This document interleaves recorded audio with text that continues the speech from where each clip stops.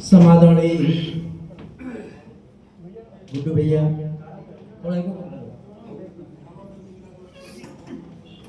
प्रिवर राकेश पांडे जी, आचार्य जी, प्रिवर प्रेम प्रकाश जी, संतोष सिंह जी, आदरणीय मंचू जी, शमशाद जी, रमेश जी, आदरणीय डी के पांडे जी, शुक्ला जी, मुझे अपने परिवार में एक गीत पढ़ने का अवसर प्राप्त हुआ है। मुझे वो दिन याद है, मैं विद्यालय से गोरखपुर जा रहा था, बस स्टेशन हाटा में खड़ा था।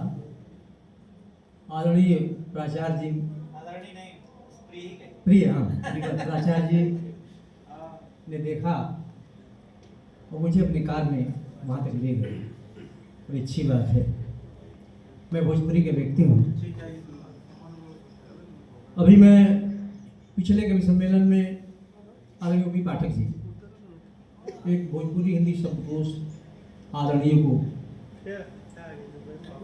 भेंट किया था, और एक किताब हमारी और आई है, मेरी 6वीं पुस्तक मेला भोजपुरी कहानियों का, जिसे आपको मैं दूंगा। वो महुआडी मेला है। मैं अभी लिख रहा हूँ, नाटक की तरफ काम कर रहा हूँ, एक छोटा सा गीत में पढ़ रहा हूँ। स्वागत है। गीत के बीच में मैं उसका वर्णन नहीं करूँगा।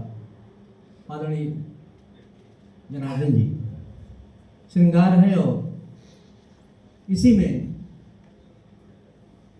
दर्शन भी है। आदरणीय राही जी, धीरज जी, समर साहब, अप्रत्यक्ष भावना जी, असीम जी, शर्मा जी, क्रिया खिया खिया के,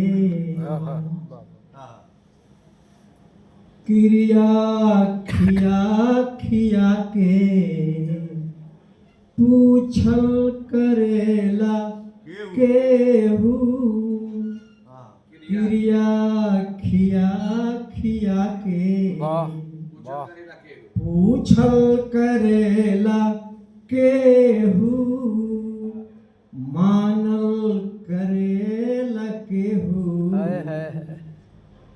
मानल करेला केहू, रूसल करेला केहू, क्रिया खिया खिया के, परतीत के बवंडर उड़ान पाई कबो, मन के दिया के आन्ही बुतान पाई कबो, बुतान पाई कबो, भागल करेला केहू, जूझल करेला केहू, क्रिया खिया खिया के, पूछल करेला केहू, मानल करेला केहू, रूसल करेला केहू, कहियो भरम के पर्दा सर की जरूर गिरी, कजरी बिरह के उचरे बदरी जरूर घिरी, बदरी जरूर घिरी,